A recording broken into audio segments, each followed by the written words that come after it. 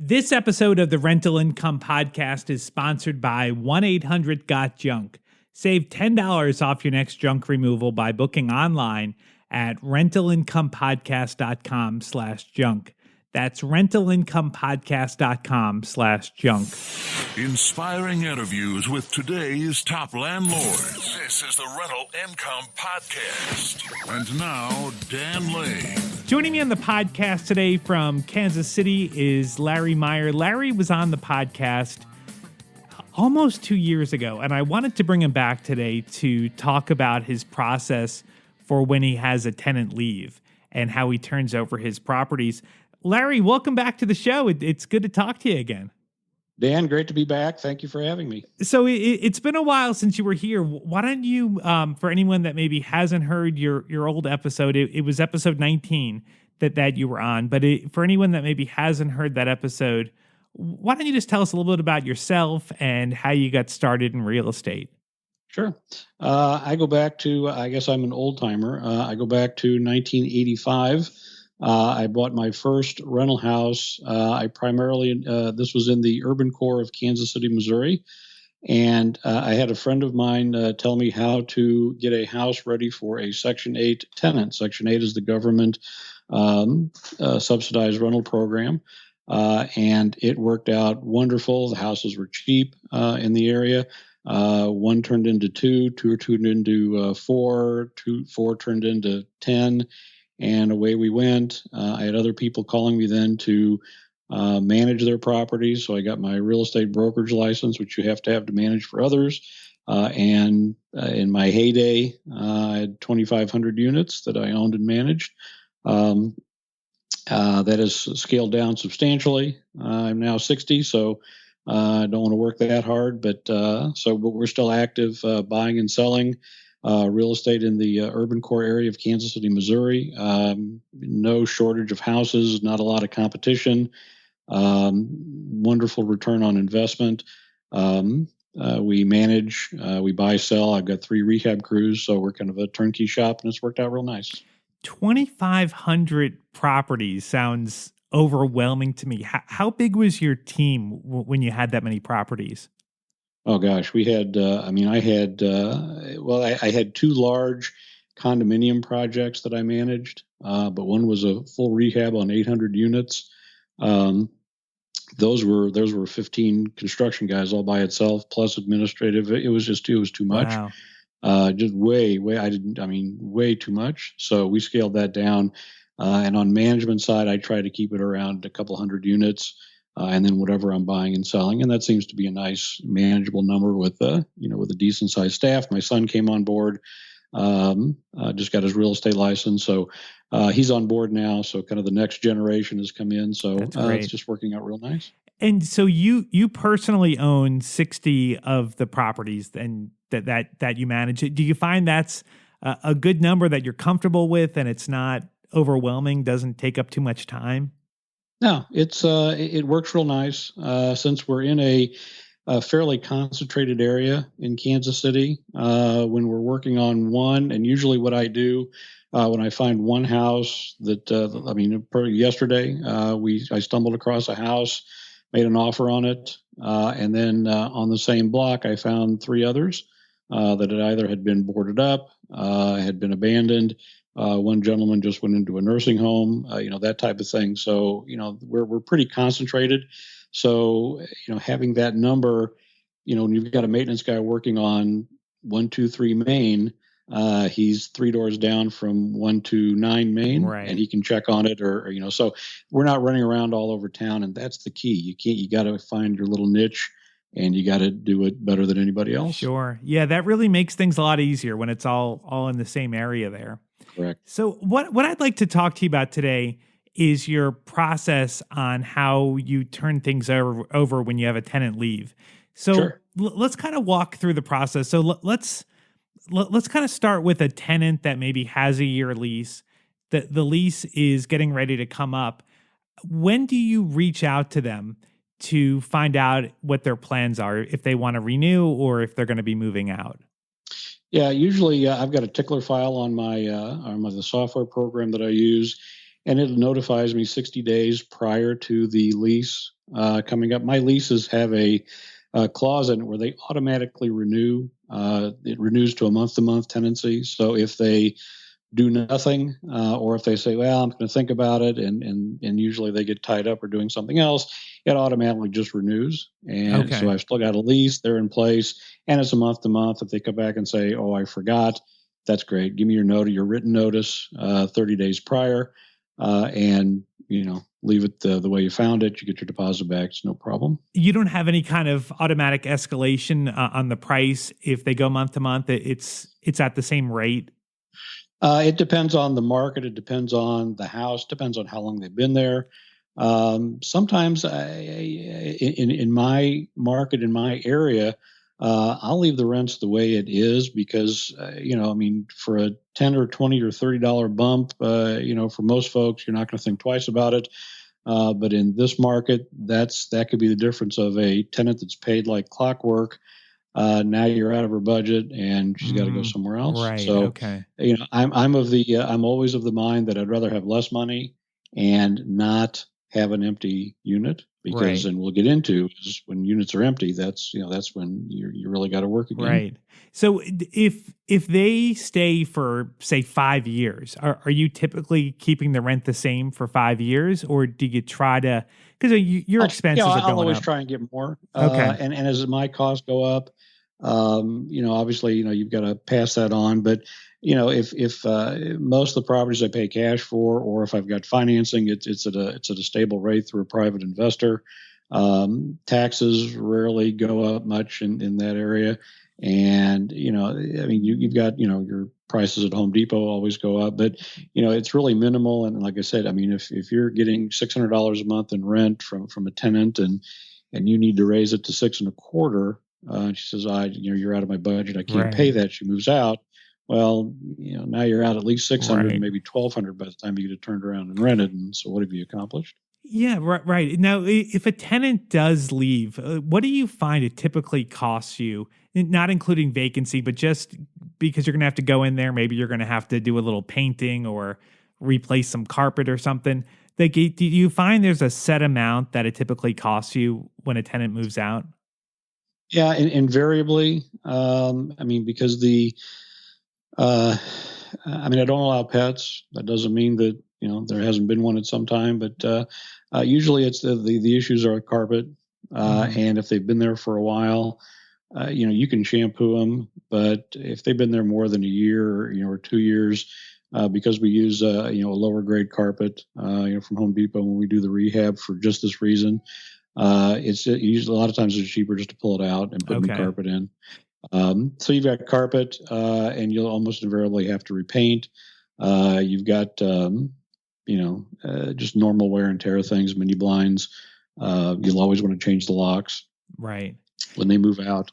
So it's there's assuming no real damage and rarely, even when I've been on bad terms with tenants, rarely have I had a problem with somebody destroying the house. You hear all sorts of horrible stories, but I've in 30 years, I've never really been burned like that before. Okay. Knock on wood. So, but you'll always have carpet, just the normal wear and tear, house with kids. Remember when your kids were growing up, fingerprints on muddy feet everywhere. So ballpark, maybe $500, $1,000, like what kind of dollar figure would you put on it?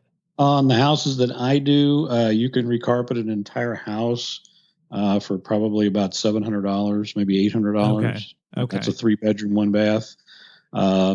If you get a 2-story and steps, it might be a little more, but it's pretty inexpensive. Okay. And to shampoo it, I could bring a guy in with a shampooer. Professional steam cleaner would be $300 to $400. So I'd rather just put new carpet in and then when the problem is fresh.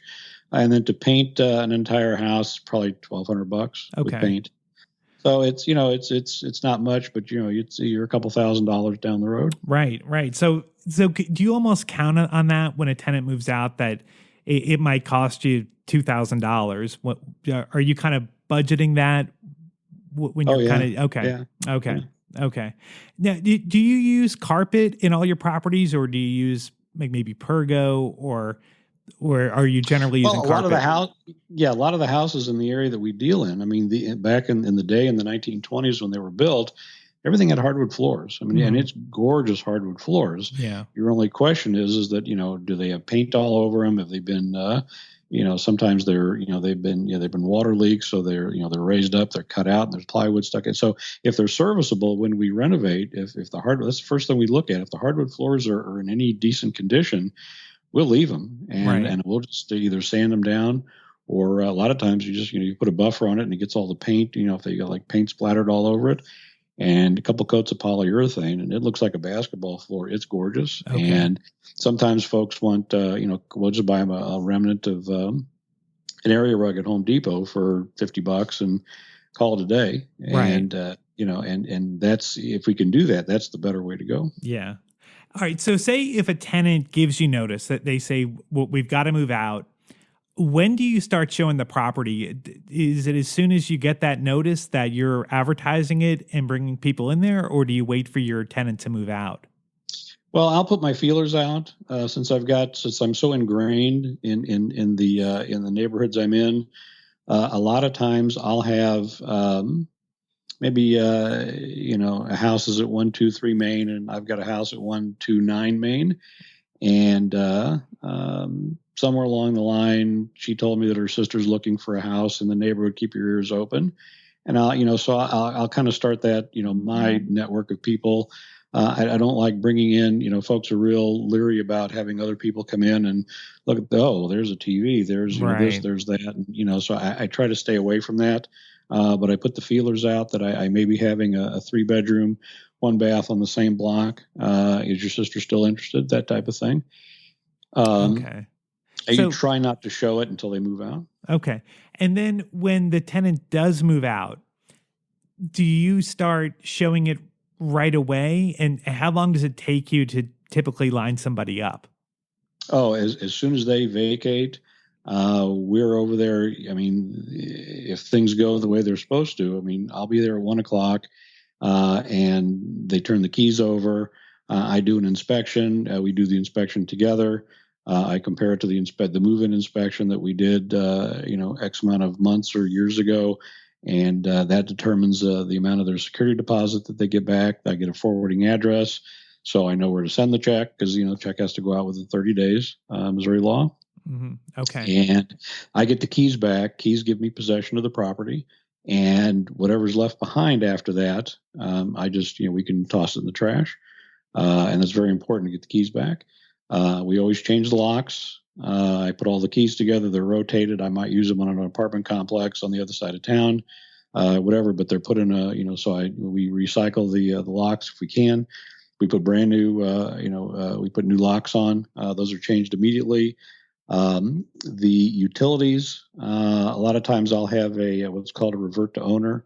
Kansas City Power and Light, if you have to give them notice that when the tenant calls to have the electric turned off, then it immediately reverts over into the owner name. So in the wintertime, there's, you make sure because sometimes folks move out.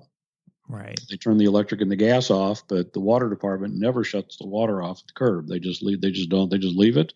And then you've got a nasty surprise when it's 5 degrees outside. Right. So I always have the revert to owner, and that way it automatically, whenever they call to have it turned off, it immediately goes into my name or the owner of the property, and then there's you don't have to worry about frozen pipes or whatnot. Is that pretty easy to set up? You just call the you just call the utility company and say, I okay, want to set up a revert to owner, and it's just on there. Okay. So let's go back to the final walkthrough. So when you are doing the final walkthrough with your tenant, and maybe there's some damage, maybe they put a hole in the wall, or maybe the floors are a little bit damaged. Do you tell them right then, look, you have a hole in the wall, this is going to cost me $100 to patch it up? Are you giving them a number right then? Or do you? No. Okay. I don't. I mean, we go through the entire house. I take pictures. If there's any damage, I take pictures. Okay. And because I have pictures of the house, the way they moved in, I always take pictures of my completed projects for, marketing purposes so I remember, these walls used to be brown. How come they're black? And, what did you guys, who told you you could paint the house? Right. Type thing. So I always take pictures of before and after. So they'll say, well, this was like this when I moved in. Well, ma'am, here's your move-in inspection, and here's the mini blinds in the living room, and you checked the boxes. It was good. So I'm sorry. That's, I'm not quite sure. Your memory must be foggy today. So, but I don't give them, because I will go through, and after it's done, I mean, I'll go through and tally up exactly what the damages are. Some I have to get, I have to stop and think about, well, here's this, but it's because that happened, which really wasn't her fault. So, I mean, when I tell them, I just need to make sure that, the problem that was caused was actually, a problem that they're doing. So there's a little more investigative work that I like to do. And I like to sit down, and then after they're gone, I like to go through the thing, the house again, and just kind of, all right, get a feel for, and then I assign prices, and then I send a letter out with a check or a bill. Do you ever have problems with the tenants maybe not feeling that it's fair and they're coming back to you trying to get more money? No, because they did a move-in inspection when they moved in. Mm-hmm. I've really, a lot of times, well, that was like that when I moved in, and well, ma'am, no, it wasn't, because here's your move-in. I mean, don't you remember we did this? It was raining out. I mean, you kind of paint the scenario. Yeah. And most folks are reasonable. You did it. I mean, I'm not mad at you. I said, but it's coming off your deposit. I mean, what do you want me to do? Right. So yeah, once you explain it, and you realize that you're not, they're not being nickeled and dimed, and that's why I always put new carpet in. Because the carpet was like that. Then it's like, well, yeah, we didn't put new carpet in, and so then you're stuck. So carpet's so inexpensive. Unless it's, a guy can come in with a rug doctor and do a fast once over, and it looks like it's brand new again. More often than not, and maybe we don't have to do all the rooms. Maybe it's just the living room where there's been a lot of wear and tear.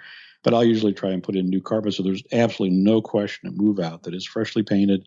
We've got nice new carpet in, and we don't have any problems. Are you able to keep the pad a lot of times, or do you have to replace the pad too? Usually, the pad usually has to go. Okay. It depends. If the pad, if that's why I don't allow animals. So if it's just dirty, a lot of times the pad is fine when you take the carpet out. But if there was an animal in there and that's why it stinks, then obviously, dog was using the living room as a litter box, then pad's got to go also. Right. Now, why don't you accept pets? Have you had a problem in the past with pets, or? Yeah, because I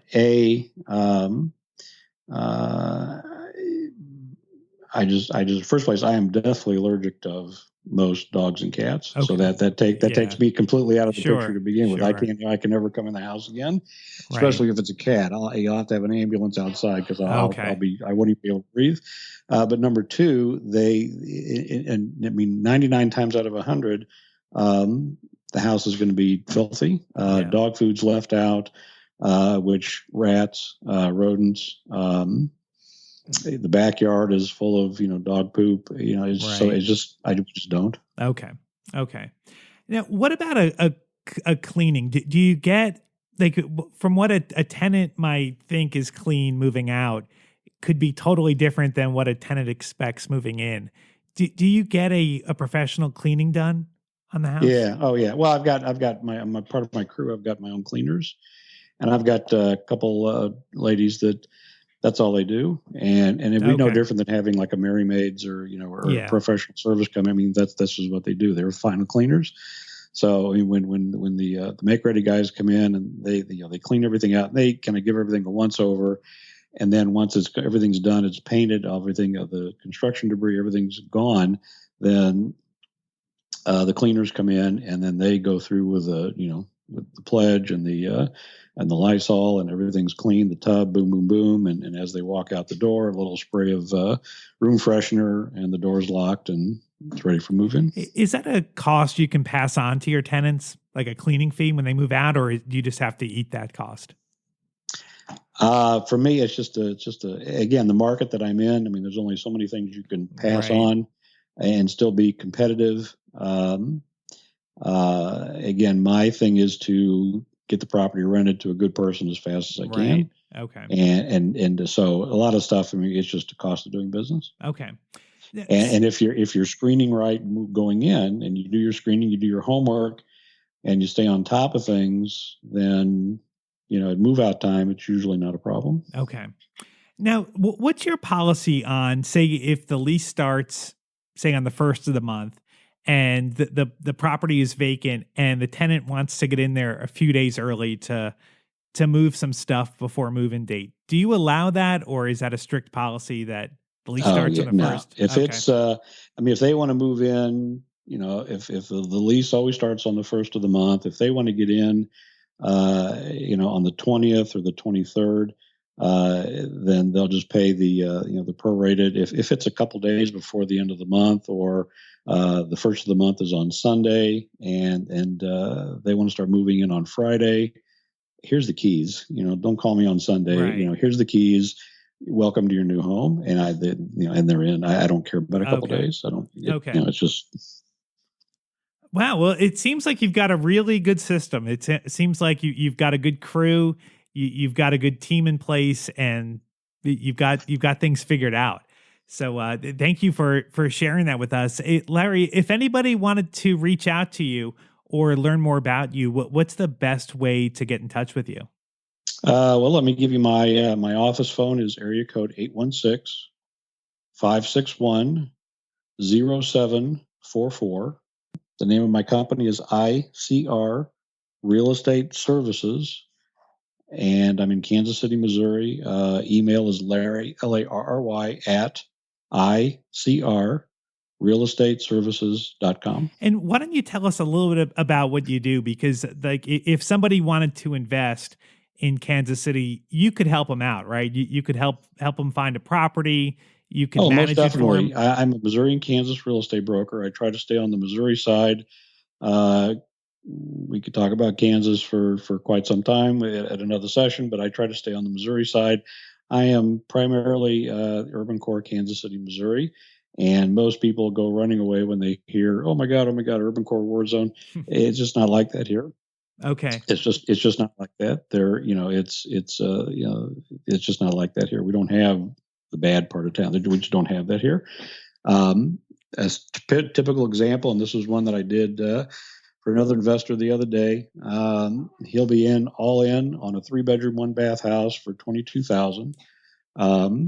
His taxes and insurance about $600 a year. Management is 10% of the collected rent, and the rent on that house will be about $6 to $6.25. So, given those scenarios, you've got I'm doing figure in my head this morning. You got a cap rate of about 25%. Yeah, that's a really good. That's not a bad deal, and you can get in on the purchase end, and we can renovate. We've got houses in stock that we've already completed that are already renovated, so you don't have to go through the trials and tribulations of oh my gosh, when's it going to be rented? Or I also work with a lot of just private lenders that they don't want anything to do with the house; they just want to be the bank. So we've got a real nice program on that also. Now, tell me about the $22,000 house. Did that house need a lot of work, or is that ready to go? Oh, that's ready to go. That's okay. It. Wow. That is a completed, ready to rent house, or will be. I mean, that one it was just earlier in the week was purchased, but it'll take us a couple of weeks to get done, and there's these they'll always need 10 to 12,000. Excuse me, in repairs, and usually if the foundation is good and the roof is good, everything in between is manageable, and it's just a function of if it doesn't need, like this particular house didn't need new electric, but the sewer line running from the street to the house had caved in because of the oak trees. So there's a number of different scenarios, but it always they always kind of run into about the same amount of money. So that's a typical scenario: $22,000 for a house, and you're going to net with rent about $6,000 a year. So it's about a 3.5-year payoff. So that $22,000, that's all in. That's the purchase price and the rehab price. A rehab cost? That is everything. Okay. That's everything. What everything. was the actual purchase price for the house? That house was purchased for $7,500. Wow. Okay. That's really, really incredible. Awesome. Yeah. Well, yeah. I mean, if anyone is interested in learning more about the urban core of Kansas City, I would definitely recommend reaching out to Larry. He is definitely an expert in that area. He can definitely help you out and get you pointed in the right direction and get you in a property and help you manage it. Larry, thank you so much for coming on the show. I really appreciate it, and I can't wait to have you on again. Great. Looking forward to it, Dan. Thank you so much. Well, thank you for tuning in. My name is Dan Lane, and this has been the Rental Income Podcast.